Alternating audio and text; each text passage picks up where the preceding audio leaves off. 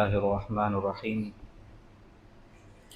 الحمد لله والصلاة والسلام على رسول الله محمد بن عبد الله وعلى آله وصحبه أجمعين أما بعد فقد قال الله تعالى في القرآن الكريم بعد أعوذ بالله من الشيطان الرجيم ولا تحسبن الله غافلا عما يعمل الظالمون إنما يؤخرهم ليوم تشخص فيه الأبصار وقال الله تعالى يوم يأتي بعض آيات ربك لا ينفع نفسا إيمانها لم تكن آمنت من قبل أو كسبت في إيمانها خيرا சர்வ புகழும் புகழ்ச்சியும் ஏகவல்லவன் அல்லாஹ் ஒருவனுக்கே உரித்தாகட்டும். அல்ஹம்துலில்லாஹ்.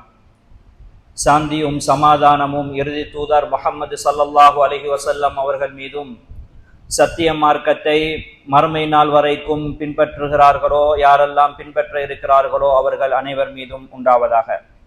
அன்பார்ந்த இஸ்லாமிய சகோதரர்களே, ஒரு மோமினுடைய மிக முக்கியமான ஒரு ஈமானிய அம்சம்தான் இன்றைய உலகம் அழிந்து மறுமை வாழ்வொன்று இருக்கிறது என்பது.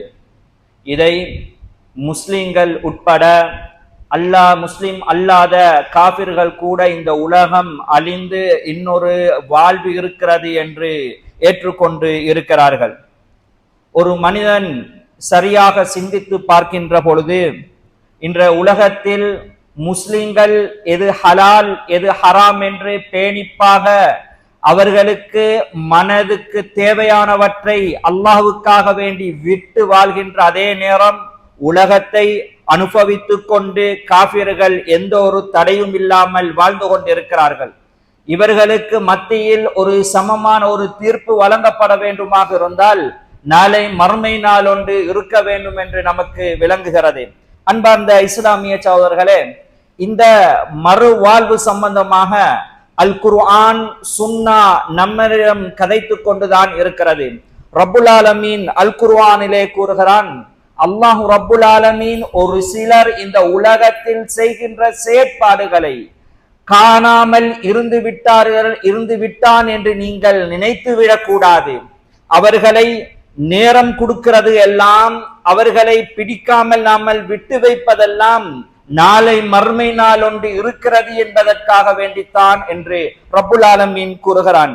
அன்பார்ந்த இஸ்லாமிய சகோதரர்களே, ஒரு முறை அல்லாஹுடைய தூதரிடத்திலே ஒரு சஹாபி வருகிறார். வந்து கேட்கிறார்கள், அல்லாஹுடைய தூதரே, மத்தஸ்ஸா, எப்போது மறுமை நாள் வரும் என்று கேட்டார்கள். அல்லாஹுடைய தூதர் கூறுகிறார்கள், தோழரே, மறுமை நாளை பற்றி நீங்கள் கேட்கிறீர்கள், அதற்காக வேண்டி எதை நீங்கள் தயார் செய்து வைத்திருக்கிறீர்கள் என்று அல்லாஹ்வுடைய தூதர் அந்த தோழரிடம் கேட்டார்கள். ஏன் மறுமை நாளை பற்றி நாம் படிக்க வேண்டும் என்று தெரியுமா? அதற்கு முன்னால் நாம் அமல் செய்து கொள்ள வேண்டும். அந்த நாள் வந்து விட்டால் நம்முடைய ஈமான்கள் புதிதாக ஏற்றுக்கொள்ளப்படக்கூடிய ஈமான்கள் எல்லாம் ஏற்றுக்கொள்ளப்படாது. புதிதாக ஏற்றுக்கொள்கின்றவர்கள் ஈமான் சொண்டு விட்டால் அந்த ஈமான் ஏற்றுக்கொள்ளப்படாது என்பதை நாம் விளங்கிக் கொள்ள வேண்டும். அன்பார்ந்த சகோதரர்களே, மறுமை நாள் வருகின்ற நேரத்தில் ஒரு சில அடையாளங்கள் இந்த உலகத்திலே நிகழும். அதிலே ஒரு சில அடையாளங்களை பெரிய அடையாளங்கள் என்று நமக்கு கூறலாம்.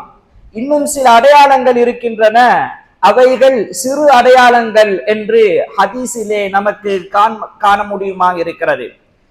சிறிய அடையாளங்கள் அல்லாஹ்வுடைய தூதருடைய காலத்திலேயே நடக்க ஆரம்பித்து விட்டது.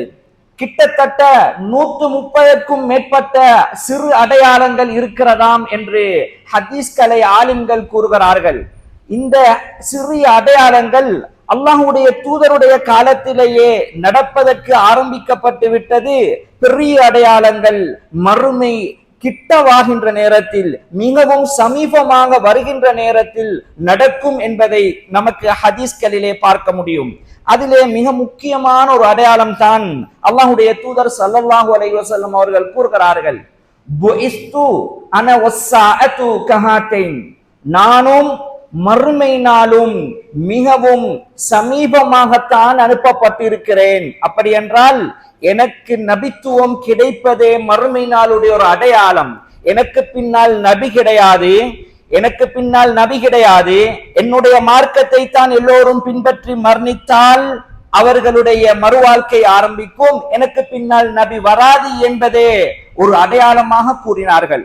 கூறிவிட்டு அல்லாஹ்வுடைய தூதர் ஒரு முறை கூறுகிறார்கள், தோழர்களே, மறுமை நாளுக்கு முன்னால் ஒரு சில விடயங்கள் இந்த உலகத்திலே நடக்கும், அவற்றை நீங்கள் எண்ணிக்கொள்ளுங்கள் என்று கூறுகிறார்கள். கூறிவிட்டு அல்லாஹ்வுடைய தூதர் கூறுகிறார்கள், இந்த பைத்துல் மக்திஸ் இருக்கிறதே, இந்த பைத்துல் மக்திஸ் முஸ்லிம்களுடைய கைக்கு வரும், முஸ்லிம்களுடைய ஆட்சியிலே அந்த பைத்துல் மக்திஸ் வந்துவிடும், இது மறுமை நாளுடைய அடையாளம் என்று கூறிவிட்டு கூறுகிறார்கள், தோழர்களே, மௌத்தி நான் மரணிக்கிறதும் மறுமையுடைய ஒரு அடையாளம் என்று கூறுகிறார்கள். இப்படி மறுமையுடைய அடையாளங்கள் அல்லாஹ்வுடைய தூதருடைய காலத்திலேயே நிகழ்ந்து மறுமையை நோக்கி நாம் பயணித்துக் கொண்டு இருக்கிறோம். அல்லாஹ்வுடைய தூதர் ஒவ்வொரு அடையாளமாக கூறுகிறார்கள். ஒவ்வொரு அடையாளம் நம்முடைய வாழ்க்கையில் காண்கின்ற நேரத்தில் அவதானமாக இருக்க வேண்டும். மறுமையை நோக்கி நாங்கள் பயணித்துக் கொண்டிருக்கிறோம், மறுமை நெருங்கிக் கொண்டிருக்கிறது என்கின்ற அடிப்படையை நாம் விளங்கிக் கொள்ள வேண்டும். அன்பார்ந்த சகோதரர்களே, அல்லாஹ்வுடைய தூதர் கூறுகிறார்கள், மறுமை நெருங்குகின்ற நேரத்தில் அதிகமான கொலைகள் அதிகரிக்கும். எந்த அளவுக்கு என்றால், கொலை செய்யக்கூடியவனுக்கு தெரியாது ஏன் நான் அவனை கொலை செய்தேன் என்று, கொலை செய்கிறேன் என்று. கொலை செய்யப்பட்டவனுக்கு தெரியாது நான் ஏன் கொலை செய்யப்பட்டேன் என்று தெரியாது. இப்படிப்பட்ட ஒரு நிலைமை சமூகத்திலே வந்துவிட்டால் மறுமை நாளை நீங்கள் எதிர்பாருங்கள். இதற்கு முன்னால் நடந்த ஒவ்வொரு யுத்தங்களாக இருக்கலாம், நடக்கிறது அரசியல் நோக்கத்துக்காக, வியாபார நோக்கத்துக்காக அப்பாவி மக்கள் கொலை செய்யப்படுகிறார்கள். அவர்களுக்கு தெரியாது நான் ஏன் கொலை செய்யப்படுகிறேன், நான் என்ன பாவம் செய்தேன் என்று அவர்களுக்கு தெரியாது. கொலை செய்யக்கூடிய அந்த படைக்குமோ தெரியாது ஏன் நான் இவர்களை கொலை செய்ய வேண்டும் என்பது எனக்கு தெரியாது. இப்படி நோக்கமின்றி கொலைகள் வருகின்ற நேரத்தில் மறுமை நாளை நீங்கள் எதிர்பாருங்கள் என்று அல்லாஹ்வுடைய தூதர் ஸல்லல்லாஹு அலைஹி வஸல்லம் அவர்கள் கூறினார்கள். கூறிவிட்டு அல்லாஹ்வுடைய தூதர் கூறுகிறார்கள், தோழர்களே, ஒரு காலம் வரும், ஒரு காலம் வரும், அந்த நேரத்தில் முஸ்லிம்கள் மறுமை சிந்தனையை குறைந்தவர்களாக இருப்பார்கள். அந்த நேரத்தில் என்ன நடக்கும் தெரியுமா? எமது இஸ்லாமிய சமூகம், முஹம்மது நபியை ஏற்றுக்கொண்ட சமூகம் யஹூதி நசாராக்களை கண்மூடித்தனமாக பின்பற்ற ஆரம்பிப்பார்கள். அல்லாஹ்வுடைய தூதர் கூறுகிறார்கள், எந்த அளவுக்கு தெரியுமா? ஷிப்ரம் பிஷிபிரின் திராஅன் பிதிரா, ஒரு ஜானுக்கு ஜானாக, முலத்துக்கு முலனாக, அடிக்கு அடியாக அவர்களை பின்பற்ற ஆரம்பிப்பார்கள். அந்த அளவு யஹூதிகளுடைய அந்த கல்ச்சருக்கு, அந்த அவர்களுடைய நடவடிக்கைகளுக்கு இவர்கள் ஈர்க்கப்பட்டு இருப்பார்கள். அதை செய்கின்ற ஒரு பெருமை இருக்கும். ஒரு முஸ்லீமுக்கென்று ஒரு தனி கலாச்சாரம் இருக்கும். அந்த கலாச்சாரத்தை விட்டுவிட்டு ஒரு யகூதி செய்து விட்டால், அல்லது மேற்கத்திய ஐரோப்பிய நாடுகளிலே நடக்கக்கூடிய ஏதாவது ஒன்றை அவர்கள் செய்துவிட்டால் உடனடியாக முஸ்லீம்கள் அதை செய்து அவர்கள் ஐடென்டிஃபை பண்ணிக் கொள்வார்கள். நாங்கள் மேற்கத்திய கலாச்சார ஒரு லேட்டஸ்ட் ஒரு லைஃப்ல நாங்கள் வாழ்ந்து கொண்டிருக்கிறோம் என்று காட்டக்கூடிய ஒரு சமூகமாக முஸ்லிம் சமூகம் மாறிக்கொண்டிருக்கிறது. இதைத்தான் அல்லாஹ்வுடைய தூதர் கூறினார்கள். அவர்கள் ஒரு உடும்புடைய பொந்திலே நுழைந்தால் முஸ்லிம்களே நீங்களும் நுழைய ஆரம்பிப்பீர்கள். இதுதான் சமூகத்திலே நடக்கிறது. ஒரு முஸ்லிம் ஒரு குழந்தையை வளர்த்து அல் குர்ஆன் சுன்னா அடிப்படையிலே வளர்த்து, நீங்கள் இப்படித்தான் வளர வேண்டும், எது செய்தாலும் அல் குர்ஆன் சுன்னாவில் இருக்கிறதா, முஸ்லிம் இஸ்லாமிய கலாச்சாரத்தில் அல்லாஹ்வுடைய தூதர் காட்டி தந்திருக்கிறார்களா, அப்படித்தான் செய்ய வேண்டும் என்று வளர்க்கின்ற நேரத்தில் முஸ்லிம் பாடசாலையிலே அந்த பிள்ளையை சேர்த்தால் அந்த பாடசாலையிலே டீச்சரே பர்த்டே கொண்டாட்டம் ஒன்றை கொண்டாடுவார்கள். அந்த அந்த வகுப்பிலே இப்படி ஒரு நாள் வந்து கொண்டாடாவிட்டால் ஏதோ பிழை செய்ததாக பார்க்கப்படுகின்றதை பார்க்கலாம். இந்த நேரத்தில் தான் நாம் சிந்திக்க வேண்டும். மறுமையை நோக்கி நாம் நகர்ந்து கொண்டிருக்கிறோம். எமது சமூகத்திலே மறுமை நெருங்கிவிட்டது என்பதை உணராமல் நாம் இருக்கிறோம். இதைத்தான் அல்லாஹ்வுடைய தூதர் சொன்னார்கள். அவர்கள் செய்ததே போன்று முஸ்லிம் சமூகமும் செய்ய ஆரம்பித்தால் நீங்கள் மறுமையை எதிர்பாருங்கள். ஒரு காலங்களுக்கு முன்னால் கரண்டை காலுக்கு மேலால் ஆடை அணிவது ஒரு லேட்டஸ்ட் மாடலாக இருக்கல்ல. கிட்டத்தட்ட ஒரு 7-5 வருஷத்துக்கு உள்ளால் மேற்கத்திய கலாச்சாரத்தில் அவர்களும் அந்த ஸ்டைலா ஒரு ட்ரௌசரை உடுக்கிற நேரத்துல கரண்டை காலுக்கு மேலால் உடுக்கிறது தான் ஃபேஷன். அந்த கழுக்கால காட்டி அந்த சொக்ஸ ஹாஃப் சொக்ஸ் போடுறதுதான் ஃபேஷன். அதை போட்ட உடனே எமது முஸ்லிம்களும் போட ஆரம்பித்து விட்டாங்க. ஆனால் இது நபி வழி இல்லையே, இதுதான் நபி வழியே. நபிகளால் இந்த கல்ச்சர் வருவதற்கு முன்னால், இந்த ஸ்டைல் வருவதற்கு முன்னாலேயே நீ கரண்டை காலுக்கு கீழே அணியக்கூடாது, அப்படி அணிந்தால் நீ நரகத்திலே வீழ்த்தப்படுவாய் என்று கூறிய ஹதீஸ்கள் எல்லாம் மறந்து ஏன் நீங்க அணிகிறீங்க, இதுதான் இன்றைக்கு ஃபேஷன் என்று யஹூதி நசாராக்களை பின்பற்றக்கூடிய முஸ்லிம்கள் மாறிக்கொண்டிருக்கிறார்கள். மறுமை நாள் நெருங்கி கொண்டிருக்கிறது தோழர்களே, அன்பார்ந்த இஸ்லாமிய தோழர்களே. இப்படிப்பட்ட ஒரு காலம் வருமாம். அந்த நேரத்தில் முஸ்லிம்கள் யஹூதிகளுடைய மோகம், அவர்களுடைய கலாச்சாரத்தை பின்பற்றிக் கொண்டிருப்பார்களாம். அல்லாஹ்வுடைய தூதர் கூறினார்கள், இது மறுமையுடைய அடையாளம் என்று கூறினார்கள். அல்லாஹ்வுடைய தூதர் கூறுகிறார்கள், அந்த மறுமை நெருங்கி கொண்டிருக்கின்ற நேரத்தில் முஸ்லிம்களிடத்திலே ஒரு மாற்றம் வரும். எப்படி இருப்பார்கள்? யாரெல்லாம் முஸ்லிமோ கண்டால் சலாம் சொல்லக்கூடிய பழக்கம் குறைவடையும். நீங்கள் குறிப்பான ஆட்களுக்கு மாத்திரம் சலாம் சொல்லக்கூடிய பழக்கத்துக்கு பழக்கப்படுவீர்கள்.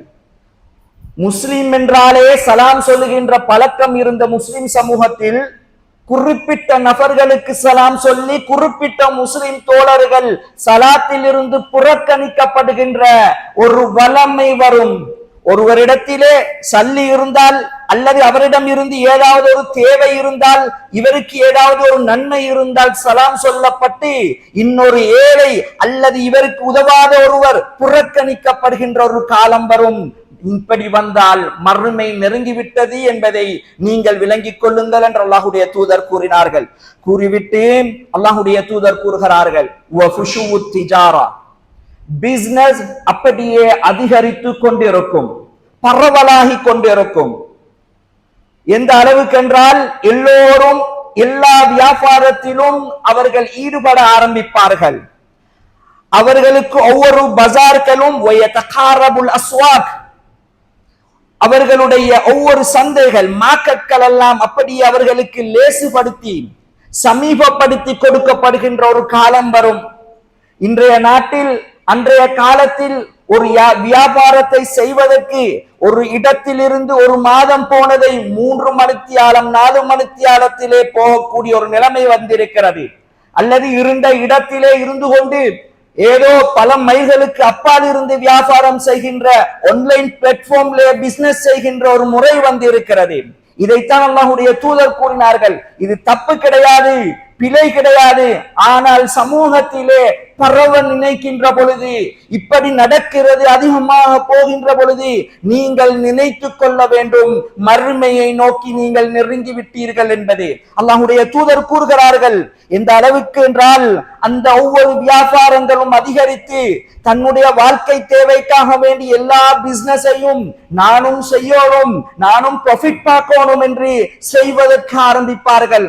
அந்த நேரத்தில் அவருடைய வியாபாரத்தை அவருக்கு மாத்திரம் ஹேண்டில் பண்ண முடியாம போற நிலைமை வரும், அவருக்கு மாத்திரம் செய்ய முடியாத ஒரு நிலைமை வரும். அல்லாஹ்வுடைய தூதர் கூறுகிறார்கள், ஹத்தா துஈனல் மர்அத்து ஜௌஜஹா அலா திஜாரா, அந்த நேரத்துல அவருடைய வைஃப் தான் பிசினஸுக்கு ஹெல்ப் பண்ண ஆரம்பிப்பாங்க. இப்படிப்பட்ட ஒரு காலம் வரும். பிழை என்று சொல்லல அல்லாஹ்வுடைய தூதர், இப்படிப்பட்ட ஒரு காலம் வரும். அன்றைய காலத்தில் அவர்கள் வியாபாரம் செய்தார்கள், குடும்பத்துக்கு கொடுத்தார்கள். இன்று அவருடைய வியாபாரத்தை பார்க்க முடியாது. அக்கவுண்ட்ஸ என் வைஃப் தான் பார்க்கிற, அல்லது என் மேனேஜ்மெண்ட் அவட கையில தான் ஈக்குது, அவதான் எனக்கு ஹெல்ப் பண்ற. திருமணத்துக்கு அவருக்கு கல்யாணத்துக்கு பொன் பார்க்கின்ற நேரத்திலும் என்ன அவருக்கு ஸ்கில்ஸ் ஈக்குது, என்ன தகமை ஈக்குது, எனக்கு உதவியாக ஹெல்ப்பாக ஈப்பாரா என்று பார்க்கக்கூடிய ஒரு காலம் வந்திருக்கிறது. இதைத்தான் அல்லாஹ்வுடைய தூதர் கூறினார்கள். அவருடைய மனைவியுமோ அவருக்கு ஹெல்ப் பண்ணக்கூடிய ஒரு நிலைமை வரும்.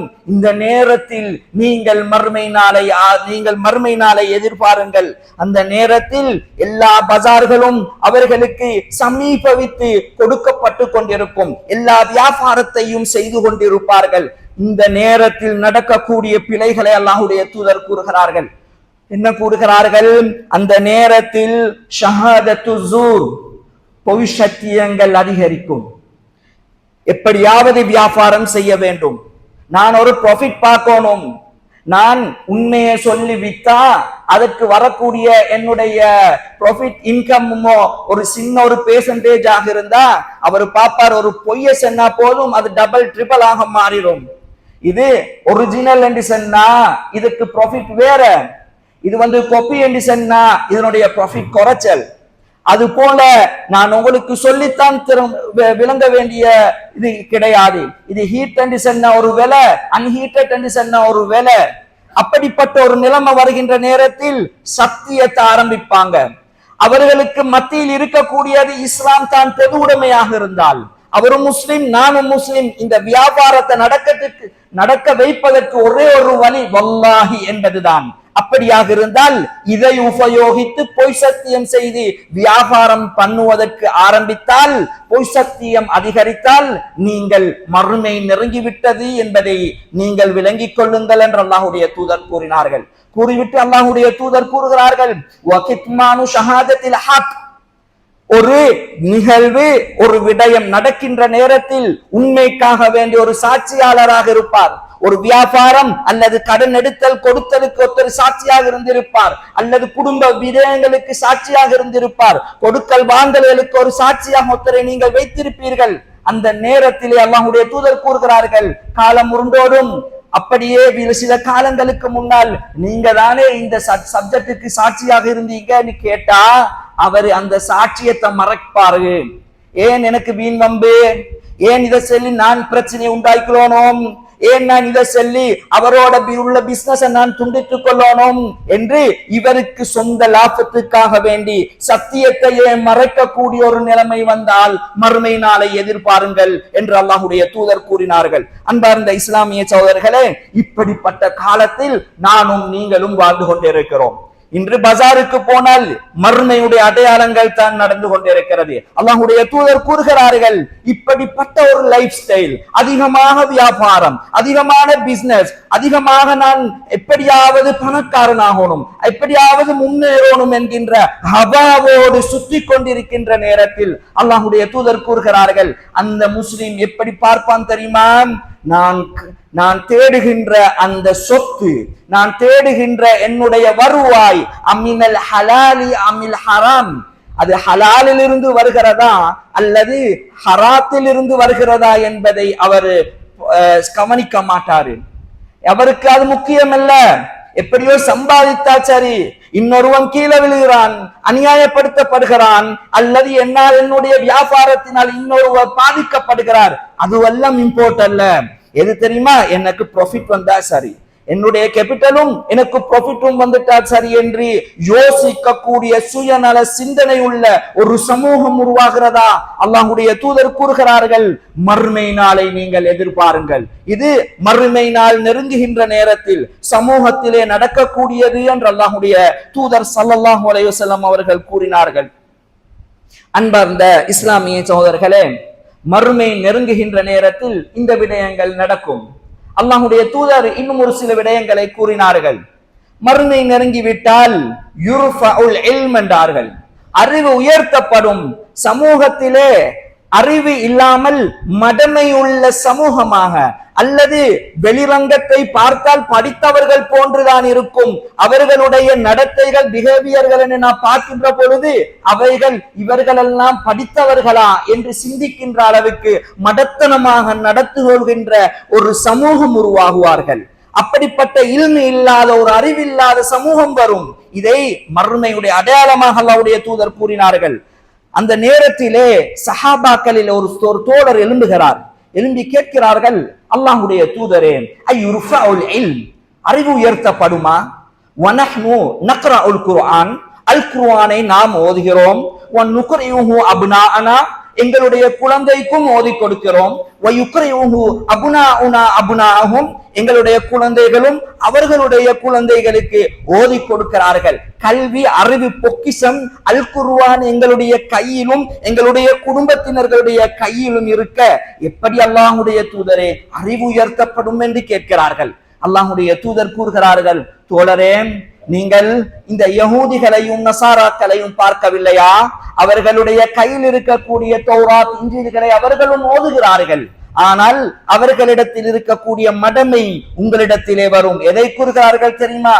அதில் இருக்கக்கூடியதை, அதில் என்ன இருக்கிறது என்பதை அவர்கள் அறியாமல் இருக்கிறார்கள். அதே போன்று முஸ்லிம்களும் அல் குர்ஆனை சிந்திக்காமல் படிக்காமல் ஒரு சமூகம் வளர்க்கப்பட்டால், எங்களுடைய குழந்தைகள் ஓதுகிறார்கள், நீங்கள் இருந்த ஜெனரேஷன் வேற, பின்னால் வந்திருக்கக்கூடியது வேற. அது ஒரு புதினமான ஒரு திங்கிங் ப்ரோசஸ். அப்படிக்கு யோசிக்கக்கூடியவர்களாக அவர்கள் இருக்கிறார்கள். அவர்கள் பேரளவு முஸ்லிம்களாக அல் குர்ஆனை ஓதக்கூடியவர்களாக ஏதோ சில துஆக்களை ஓதி பேஸ்புக்ல அங்கே இங்கே போட்ட உடனே அவர்களிடம் உண்மையான அறிவு போய்விட்டது என்று நீங்கள் நினைத்து விடக் கூடாது. அவர்களுக்கு சரியான ஹலால் ஹராம் தெரியாது. அவர்கள் அந்நிய பாடசாலையிலே படிக்கக்கூடியவர்களாக இருப்பார்கள். இதெல்லாம் தோண்டி பார்க்கணுமா? ஒரு நான் ரெஸ்டாரண்ட்டுக்கு போனான், அவர்கிட்ட கேட்கிறேன் ஹலாலா ஹராமா, அவன் விற்பதற்காக வேண்டிய ஹலால் என்று கூறுவான். நாங்களும் அதை யோசிக்காமல் இவனுக்கு எப்படி இந்த இடத்தில் இந்த பிரதேசத்தில் முஸ்லிம்களுடைய லிங்க் கொண்டு இல்லாமல் இந்த ரெஸ்டாரண்ட்டுக்கு எப்படி ஹலாலான உணவு வந்தது என்பதை சிந்திக்காமல் வாங்கக்கூடியவர்கள் அதிகமானவர்கள் இருக்கிறார்கள். இவற்றையெல்லாம் அலட்டிக் கொள்ளக்கூடாது என்று சொல்லக்கூடியவர்கள் அதிகமானவர்கள் இருக்கிறார்கள். இதைத்தான் அல்லாஹ்வுடைய தூதர் கூறினார்கள், அறிவு உயர்த்தப்படும், அல் குர்ஆனை பற்றிய தெளிவு உயர்த்தப்படும், அல் குர்ஆன் சுன்னாவை பற்றிய பற்று உயர்த்தப்படுகின்ற நேரத்தில் மறுமை நாளை நீங்கள் எதிர்பார்க்க வேண்டும் என்று அல்லாஹ் ரப்புல் ஆலமீன் அல்லாஹ்வுடைய தூதர் ஸல்லல்லாஹு அலைஹி வஸல்லம் அவர்கள் கூறினார்கள்.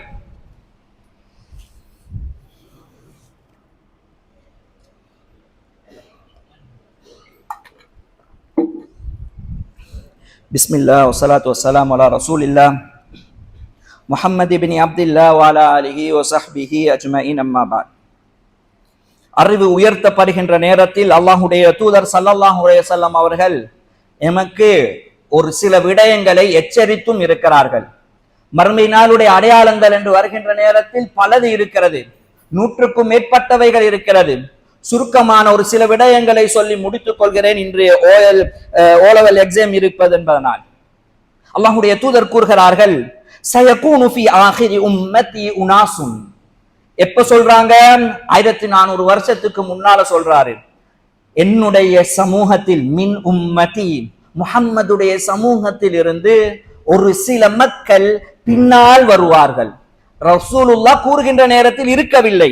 அல்லாஹ்வுடைய தூதர் ஸல்லல்லாஹு அலைஹி வஸல்லம் அவர்கள் கூறுகிறார்கள், அவர்கள் வந்து யுஹத்திஸூனகும் மா லம் தஸ்மஉ அன்தும் வலா ஆபாஉக்கும், நீங்களும் உங்களுக்கு முன்னால் சென்ற சஹாபாக்கள், தாபியீங்கள், தபல் தாபியீங்கள் இருக்கிறார்களே, அவர்களும் கேள்விப்படாத புது விடயங்களை மார்க்கத்திலே கூறுவார்கள்.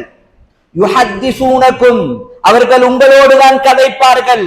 ஆனால் சொல்லப்படுகின்ற செய்தியுமோ இஸ்லாமிய வரலாற்றிலே காணப்படாத செய்தி, நபிகளாருடைய வாழ்க்கையில் இருக்கவில்லை, சஹாபாக்களுடைய வாழ்க்கையில் இருக்கவில்லை.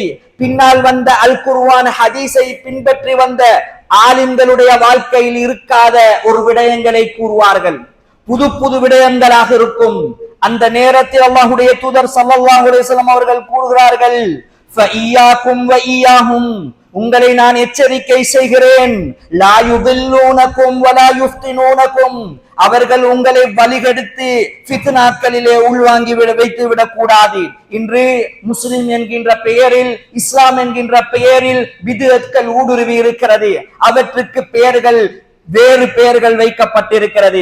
முஸ்லிம் பெயர்கள் கிடையாது. இவற்றை செய்தால் பாவமா என்று கேட்பார்கள். இவற்றை செய்தால் எனக்கு அவருக்கு உதவிதானே செய்கிறேன் என்று சொல்வார்கள். ஆனால் பெயரோ வேறுமாயிருந்தாலும் அல்லாஹ்வுடைய தூதர் செய்திருக்காவிட்டால், அல்லாஹ் ரப்புல் ஆலமீன் கூறாவிட்டால் அதை செய்வதற்கு எனக்கும் உங்களுக்கும் அனுமதி கிடையாது. ஆனால் பெயர் முஸ்லீமாக இருந்து அதற்கு ஒரு வைக்கப்பட்ட ஒரு மஜ்லிஸ் ஹலராவாக இருக்கலாம், அல்லது நீங்கள் சொல்லக்கூடியது கிராத் மஜ்லிஸா இருக்கலாம், விதங்கள் வடிவம் வேறுபடுகின்ற நேரத்தில் அதைத்தான் அல்லாஹ்வுடைய தூதர் கூறினார்கள். எச்சரிக்கை செய்கிறேன் என்று கூறினார்கள். அந்த ஹதீஸை விளங்கப்படுத்துகிறது இன்னொரு ஹதீஸ். அல்லாஹ்வுடைய தூதர் கூறுகிறார்கள், யஹ்ருஜு ஃபீ ஆகிரி உம்மதி ஸமான், யஹ்ருஜு ஃபீ ஆகிரி ஸமானி கௌமுன், என்னுடைய கூட்டத்திலே இறுதி காலம் வருகின்ற நேரத்தில் ஒரு கூட்டத்தினர்கள் வருவார்கள். அவர்கள் அஹ்தாசுல் அஸ்னான், அவர்களுடைய வயது குறைவாக இருக்கும், சுஃபஹா உல் அஹ்லாம், அவர்களுடைய சிந்தனைகளுமோ அவர்களுடைய புத்தியுமோ சிறு குறைந்ததாக இருக்கும். யகூலூன மின் கைரி கௌலின் நாஸ், அவர்கள் என்ன விடயத்தை கூறுவார்கள் தெரியுமா? சிறந்த ஆலிம்களுடைய சிறந்த உலமாக்களுடைய கூறிய விடயங்களை எல்லாம் கூறுவார்கள். யக்ரஊனல் குர்ஆன், அவர்கள் அல் குர்ஆனை ஓதுவார்கள். ஆனால் அவர்களுடைய தொண்டை குழியை தாண்டி போகாது. அவர்கள் இஸ்லாம் என்கின்ற அடிப்படையில் இருந்து வெளியேறி செல்வார்கள். அவர்கள் அல் குர்ஆன் சுன்னாவில் இருந்து வெளியேறி செல்வார்கள். நீங்கள் அவர்களுடைய வெளிரங்கத்தை பார்த்து ஏமாந்து விடக்கூடாது. அவர்கள் தொழுகிறார்களே ஓதுகிறார்களே என்று நீங்கள் அவர்களை பார்த்து வெளிரங்கத்தை பார்த்து ஏமாந்து அல் குர்ஆன் சுன்னாவில் தெளிவு இல்லாமல் அவர்களை நம்ப போனால் நீங்களும் வழி தவறி விடுவீர்கள். அல்லாஹ்வுடைய தூதர் கூறினார்கள், நீங்கள் அவர்களை பார்த்து தஹ்கிரு சலாத்தகும் அஸலாத்திஹிம், உங்களுடைய தொழுகையை அவர்களுடைய தொழுகையோடு பார்த்து உங்களுடைய தொழுகை குறைவாக இருக்கிறது, சிறிசாக இருக்கிறது என்று நீங்கள் கூறுவீர்கள். நாங்கள் நோன்பு பிடிக்கின்ற நோன்பை விட அவர்கள் அதிகமாக நோன்பு பிடிக்கிறார்கள் என்று நீங்கள் மார்க்கத்தின் தெளிவில்லாமல் நீங்கள் கூறுவீர்கள். இப்படி ஒவ்வொரு அமல்களையும் அவர்களுடன் ஒப்பிட்டு பார்த்து உங்களுக்கு தெளிவு இல்லாததன் காரணமாக அவர்கள் அதிகம் அமல் செய்கிறார்கள் என்று வெளிரங்கத்தை பார்த்து ஏமாந்து விடக் கூடாது. இதைத்தான் அல்லாஹ்வுடைய தூதர் கூறினார்கள், நீங்கள் அல் குர்ஆன் சுன்னாவில் இருக்கக்கூடிய நோன்பை பிடிப்பீர்கள். அவர்கள் அல் குர்ஆன் சுன்னாவில் இல்லாத வழி காட்டப்படாத நோன்புகள் பிடிக்கப்படலாம். அவர்கள் நீங்கள் அல் குர்ஆனிலே அல் சுன்னாவிலே காட்டப்பட்ட ஹதீஸ்களின் அடிப்படையில் தொழுகையை நீங்கள் தொழுகிறீர்கள். உங்களுடைய இரவு தொழுகை மட்டிடப்பட்டதாக இருக்கும், ஏனைய தொழுகைகள் மட்டிடப்பட்டதாக இருக்கும். அவர்கள் அதிகமாக தொழுகிறார்கள், அழகாக ஓதுகிறார்கள் என்பதனால் வெளிரங்கத்தை பார்த்து ஏமாந்து விடக் கூடாது. அல் குர்ஆனையும் ஹதீஸையும் ஒழுங்காக படித்து அதன் அடிப்படையில் அமல் செய்யக்கூடியவர்களாக மாற வேண்டும். நீங்களும் வெளிரங்கத்தை பார்த்து அதிகம் அமல் செய்கிறார்கள் என்று நம்பி அவர்களிடம் போனால் அவர்கள் யஹ்ருஜூன மினத்தீன், மார்க்கத்தில் இருந்து வெளியேறி விடுவார்கள். அவர்கள் முஸ்லிம் என்ற பெயரில் இருந்தாலும் காபிராக மாறிவிடுவார்கள். அல்லாஹ்வுடைய தூதர் கூறுகிறார்கள், கமா, ஒரு அம்பை ஒரு வேட்டை பிராணிக்கு எப்படி அவசரமாக எறிந்தால் அதை கிழித்து மறுபுறம் வருமோ அதே போன்று இஸ்லாத்தில் இருந்து வெளியேறுவார்கள். இந்த ஹவாரிஜிகளை போன்று நீங்கள் மாறிவிடக் கூடாது. இப்படிப்பட்ட ஒரு காலத்தில் நானும் நீங்களும் வாழ்ந்து கொண்டிருக்கிறோம். அன்பார்ந்த இஸ்லாமிய சகோதரர்களே, எவைகளெல்லாம் அல் குர்ஆன் சுன்னாவில் இருக்கிறதோ அந்த அடிப்படையில் அமல் செய்து வாழ்வதற்கு வல்ல ரஹ்மான் துணை புரிவானாக. வ ஆகிரு தஅவானா அனில் ஹம்துலில்லாஹி ரப்பில் ஆலமீன்.